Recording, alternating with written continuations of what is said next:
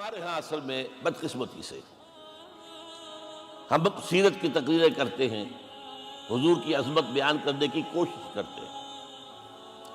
کچھ لوگ تو خیر حضور کی زلفیں ہیں، حضور کی آنکھیں ہیں، حضور کی کملی ہے، حضور کا سایہ نہیں تھا وغیرہ، یہ باتیں اپنی جگہ ہیں، ہر چیز ٹھیک ہے، لیکن یہ جان لیجئے حضور کی اصل عظمت ایک نبی اور رسول کی حیثیت سے ہے، اور وہ شے وہ ہے جہاں جبرائیل کے بھی پر جل رہے ہیں، اس کی حقیقت کون جانتا ہے؟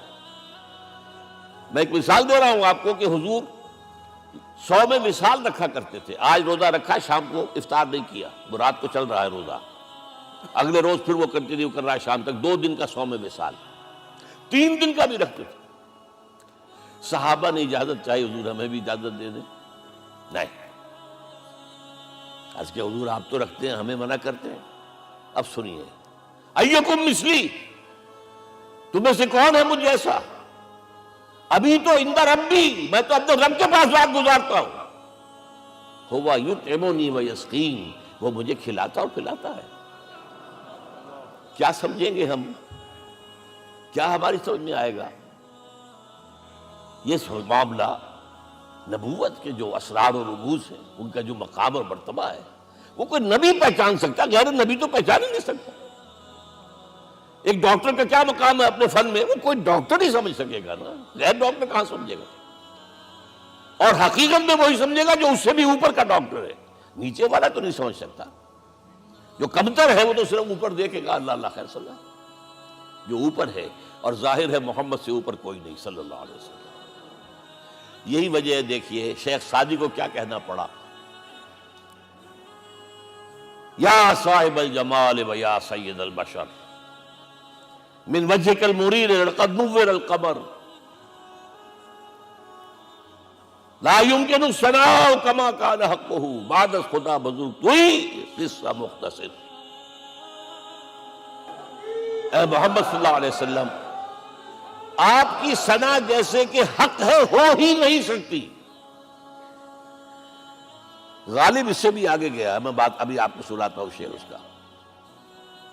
آپ کی ثنا کا حق ادا ہو ہی نہیں سکتا، بس ہم یہ جانتے ہیں اللہ کے بعد آپ کا مقام۔ غالب جو آگے گیا ہے کہتا ہے، غالب ثنائے خواجہ بیزداں گزاشتے کہاں ذات پاک مرتبہ دان محمد است۔ اے غالب ہم نے تو حضور کی ثنا تو اللہ کے حوالے کر دی ہے، اس لیے کہ وہی ذات پاک جانتا ہے مرتبہ محمد کا کیا ہے صلی اللہ علیہ وسلم۔ ہم بیان کرنے کی کوشش کریں گے تو توہین کر بیٹھیں گے۔ ایک لطیفہ ہے، ایک بیچارہ کوئی دیہاتی کہیں پھنسا ہوا تھا کسی جگہ، تھکا ہوا چل رہا تھا، ڈپٹی کمشنر صاحب جا رہے تھے، کار میں بٹھا لیا۔ اب اس نے کہا، پتر تینوں اللہ پٹواری کرے۔ اب اس غریب کے جو ہے اس کے ذہن میں تو پٹواری سے اوپر تو کچھ ہے ہی نہیں، اس کے قلم سے جو ہے ادھر کا انتقال ادھر ہو گیا، ادھر کی طرف ادھر چلی گئی۔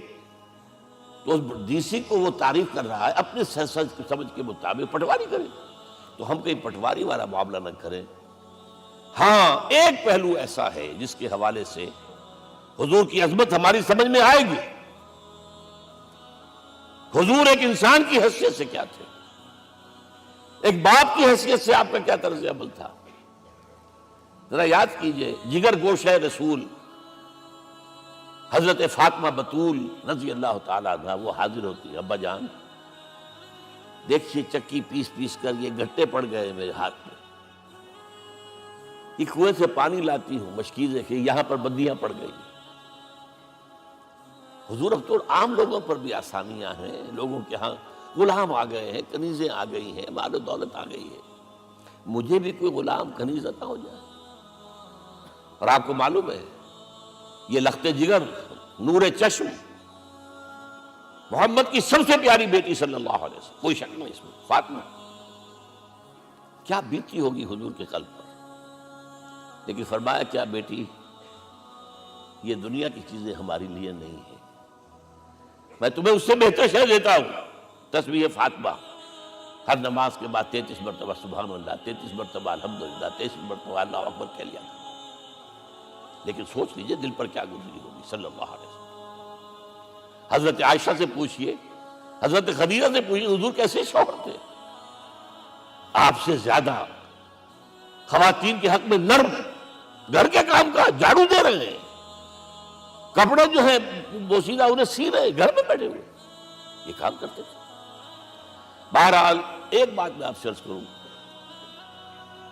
آپ انسان کی جس حیثیت کا بھی ذہن میں تصور کریں گے وہ ساری حیثیتیں محمد میں موجود ہیں صلی اللہ علیہ وسلم۔